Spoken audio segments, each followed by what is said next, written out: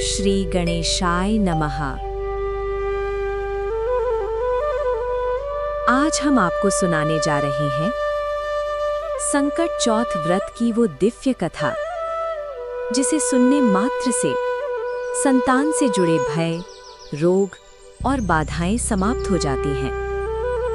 शास्त्रों में कहा गया है कि जो माता-पिता श्रद्धा और विश्वास के साथ संकट चौथ व्रत की कथा को अंत तक सुनते हैं, उनकी संतान पर भगवान गणेश स्वयं अपनी कृपा बनाए रखते हैं। कृपया कथा सुनते समय मन शांत रखें, बीच में कथा ना छोड़ें और अंत में गणपति बप्पा को मन ही मन प्रणाम अवश्य करें। अब आइए आरंभ करते हैं संकट चौथ व्रत की पावन कथा। बहुत प्राचीन समय की बात है। एक नगर में एक अत्यंत धर्मपरायण और श्रद्धालु दंपति निवास करता था। वे भगवान गणेश के अनन्य भक्त थे।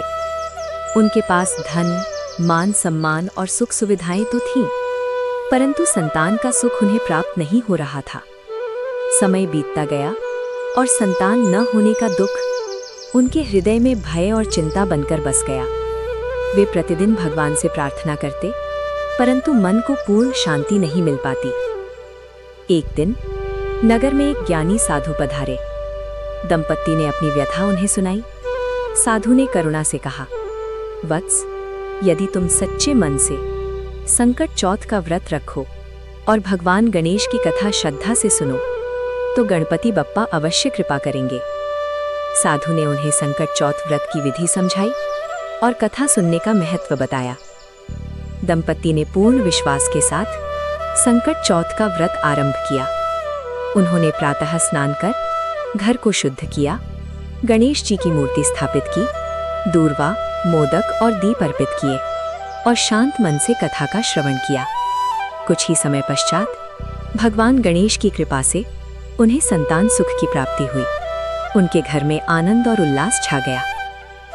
लेकिन जैसे जैसे बालक बड़ा होने लगा, उसके जीवन में अजीब अजीब संकट आने लगे।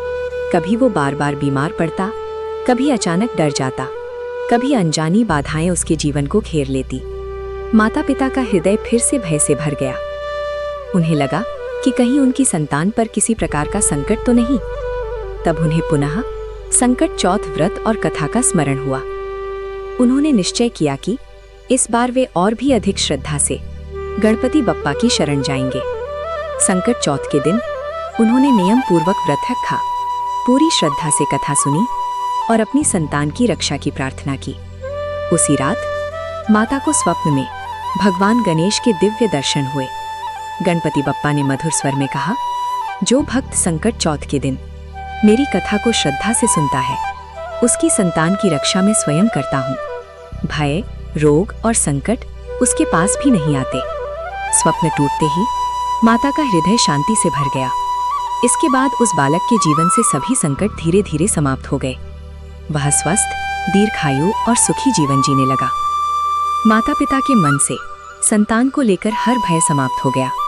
ये पावन कथा हमें सिखाती है कि जब जीवन में संतान को लेकर भय हो, भविष्य की चिंता सताए या कोई उपाय काम ना आए, तो भगवान गणेश की शरण ही सबसे बड़ा सहारा होती है।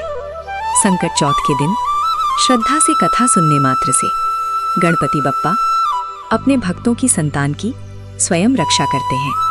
यदि आप भी अपनी संतान की रक्षा, स्वास्थ्य और मंगल कामना चाहते हैं, तो संकट चौथ के दिन इस पावन कथा को अवश्य सुनें। कथा को बीच में ना छोड़ें।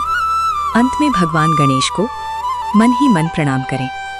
यदि ये कथा आपको अच्छी लगी हो, तो इसे अपने परिवार, मित्रों और ज़रूरतमंद लोगों तक अवश्य पहुंचाएं। ऐसी ही और भक्तिमय व्रत कथाएं और सनातन धर्म से जुड़ा ज्ञान पाने के लिए हमारे चैनल को सब्सक्राइब करें। वीडियो को लाइक और शेयर अवश्य करें। प्राया जय श्री गणेश। प्राया गणपति बप्पा मोरिया।